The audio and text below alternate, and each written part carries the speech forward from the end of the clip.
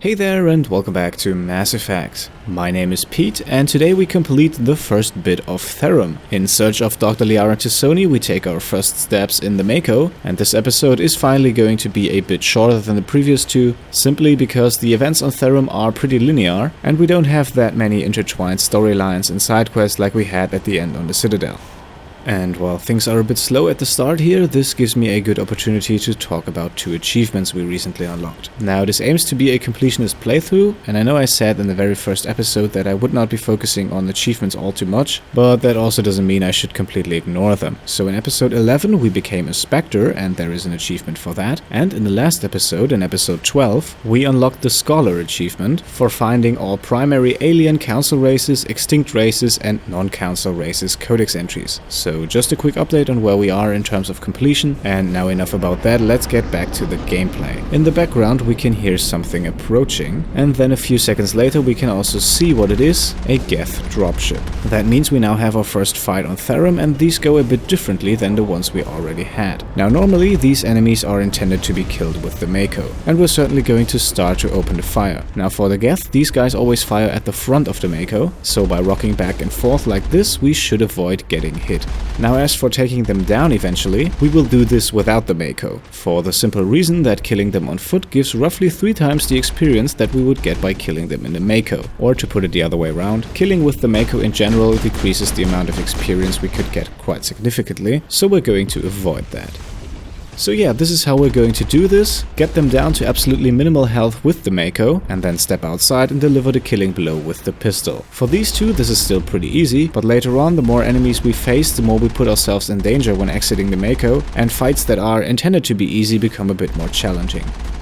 One thing that plays into the whole strategy, and sometimes has the potential to complicate things a bit, is the fact that we actually need to be so close that we can see our enemy's health bar. Otherwise we might actually end up accidentally killing something from afar, which is something I generally want to avoid. So now we've got the second Geth Armature down to low health, which means we can approach it on foot and then take it out with the pistol.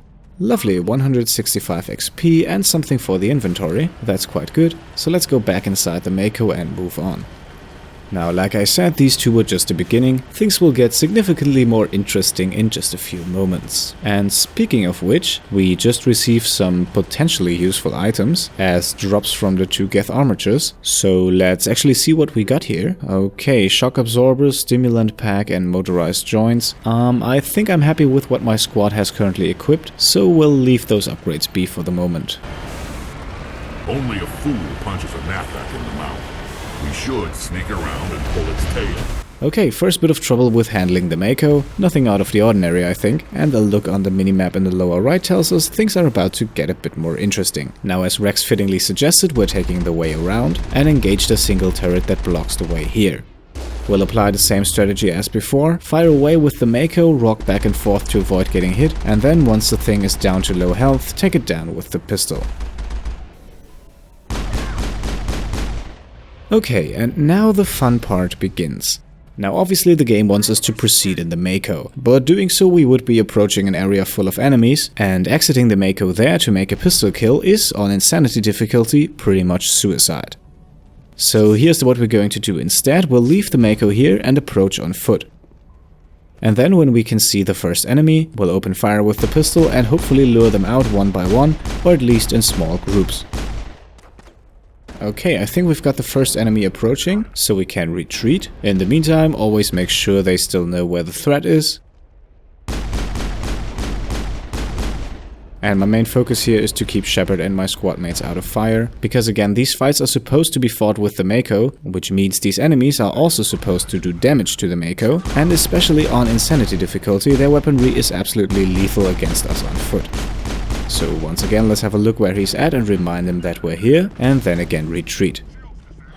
And here we can see Rex has come under fire, and you can see how quickly his shields disappeared and his health dropped. So we can only imagine what would happen in the same situation to Tali, who does have a lot of shields but very low health and armor. So let's quickly fix Rex up with the barrier, that will at least temporarily give him a few more shields. We definitely don't want him to go down here. Okay, our first enemy seems to be closing in, and he seems to be alone, which is good. But let's not get overconfident here. We still need to approach the whole situation very carefully. Now, especially Rex has a tendency to engage in these situations, and this will only get worse when he's eventually equipped with a shotgun. So let's make sure our squad mates stay safe around the corner here, and then Shepard can move up to the front line. Now what I'm basically waiting for here is for this guy to get in range of our abilities. Then we can use things like a maxed out warp from Rex or Tali's overload and sabotage, which are also pretty high level at this point.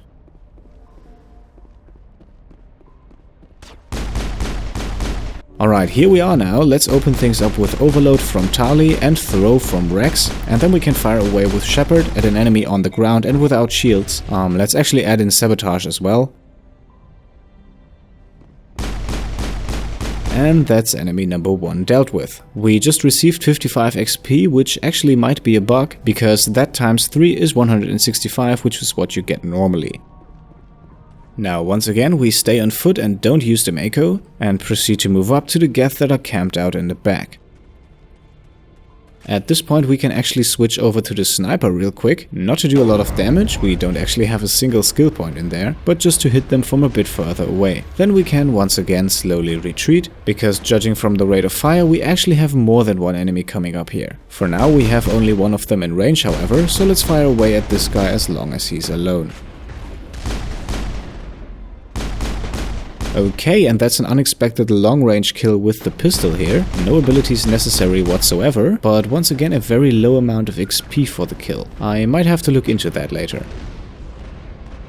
Now we have a slightly larger enemy coming at us, so let's once again go for the tactical retreat. And now you can see what happens if Tali catches a shot. That's almost an instant kill, so we need her to stay back. So let's move our entire squad back behind the corner here, just to allow for a bit of regeneration. Looks like Rex is once again hesitant to save his own skin, so before he ends up dead, let's support him at the front here. We definitely don't want to lose our squad's abilities to use both warp and throw, so Rex needs to stay alive or at least only go down at the very end of a battle. Okay, right here we can see one of the key challenges with this approach, and that's because the distance to our enemies is so big, our squad never really goes into combat mode, which means all orders for them to stay where they are get very quickly automatically overwritten by the automatic regroup that takes place once a combat situation is over. Interestingly enough, however, Rex seems to be caught in some kind of in-between state, where he is neither regrouping nor following my commands, and I don't have a good feeling about this. Yep, that's Rex down, congratulations. And he immediately gets back up because we're not officially in combat. Luckily the Juggernaut is now in range of our abilities, so let's open things up with an overload and a warp this time. And with both Rex and Tali not to their full strength, I think it's a good idea to use some medi-gel now. We have a few of those to spare. Also the barrier on Rex will hopefully keep him alive this time. Okay, great, this time we actually received the full amount of XP for the kill, which results in a level up. So for Shepard we have 2 points to spend, let's use them both in pistols, and then with the next level up we can max that out, and then focus on either assault rifles or giving him a bit more protection. For Rex we'll put both points into combat armor to work our way towards heavy armor, and for Tali both points go into electronics, which increases her shields and also the damage from overload. Then as an item drop from the last Geth we received the first aid interface. This is slightly better than the one Tali already has, so let's quickly switch those out, and then we can once again continue towards the Geth encampment.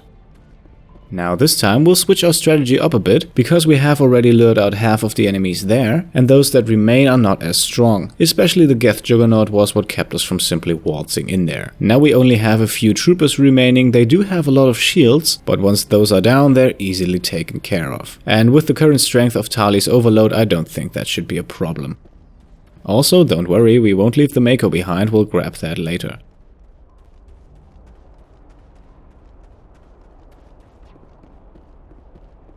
Okay, our first enemy is a simple Geth trooper hidden behind a few boxes. Those can actually be destroyed, although it seems to take quite a significant amount of fire. And then we should quickly switch our attention over to the shock trooper. So let's entirely remove his shields with a good overload and then throw him to the ground for good measure. Then a few shots from Shepard's pistol and he's dealt with. To keep our squad mates safe, we only really need them for their abilities. Let's move them in the corner here. This time we're officially in combat and they should actually stay there. And then let's engage the Geth trooper behind the boxes here. We'll open things up with a sabotage and a warp. Then he puts up his shield, but we can easily walk around and just punch him out. Only one enemy remains, and thanks to the compass we already know where he is, so let's slowly approach. Rex and Tali can both stay in cover, and then we can use Shepard's marksman to quickly finish him off. Alright, lovely, let's quickly regroup our squad, and then there are a few things in this little camp that we can take a look at. First of all, just to the left of where we came in, on the right side next to a few tires, there's a locked crate. We can use Tali's decryption skill on that. Let's quickly speed that up.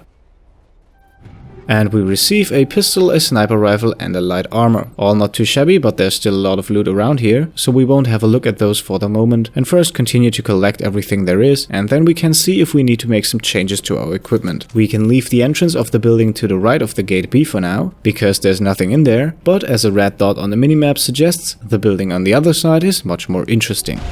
An overload and a throw for the shock trooper inside, then a few shots from the pistol and the building is cleared out. Once again we can use decryption on the weapon locker here to receive another pistol, another sniper rifle and a shotgun. Also next to the Geth is a very important switch. This gate control opens the gate, which is our way forward from here. However, we're not done yet, so we can leave the building again, step outside and see the same structure on the other side.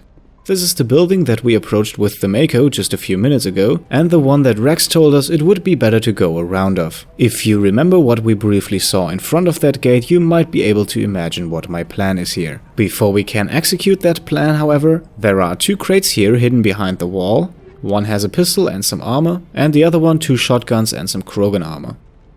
Then we can proceed. Once again we see a red dot on the minimap which seems to be inside of the right building, and we see a few more map markers. Bigger ones, which are the turrets outside of the gate. For now, let's deal with the rocket trooper inside the building by using overload and warp, and then just a few shots from Shepard and he's down. We can unlock a storage locker here as well, which then contains an assault rifle and some Turian armor. And then instead of leaving again, let's also activate the gate control here. Yes, I do realize this opens the way for 3 turrets to fire at us, but also the way for us to fire at them. And that could result in some sweet experience points, and we definitely don't want to miss out on those. Now in order to be able to deal with these turrets we need to go back all the way to the Mako. Staying in motion and behind cover are key, because once again these are turrets designed to do some damage to the Mako, and they are definitely not meant to be engaged on foot, especially not on Insanity difficulty. And case in point, Rex goes down again, and he will stay down this time until we move considerably out of range of these turrets and officially exit the combat mode again. Okay, I think until we reach the Mako we can speed things up a bit. We've gone back and forth this way quite a few times now, and there's really not much of interest here.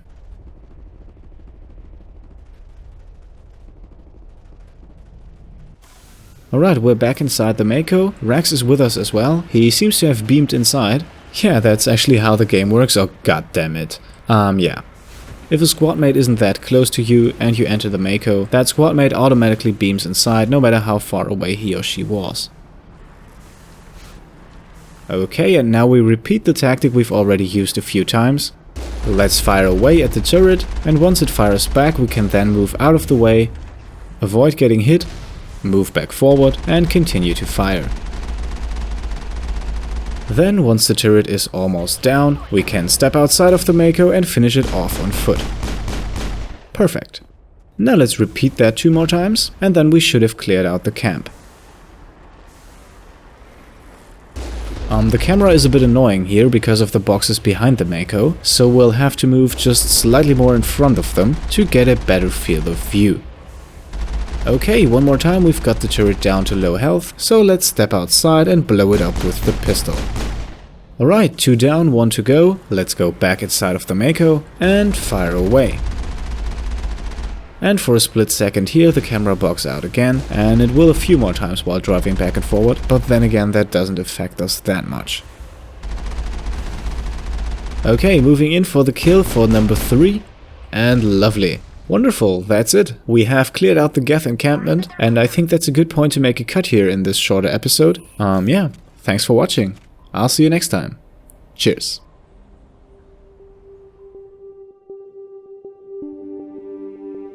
Hey there, if you watched this video and liked what I'm doing, feel free to leave a like or a comment on the video, or if you want to keep up to date with this or my other completionist playthroughs, simply subscribe to the channel and show your support.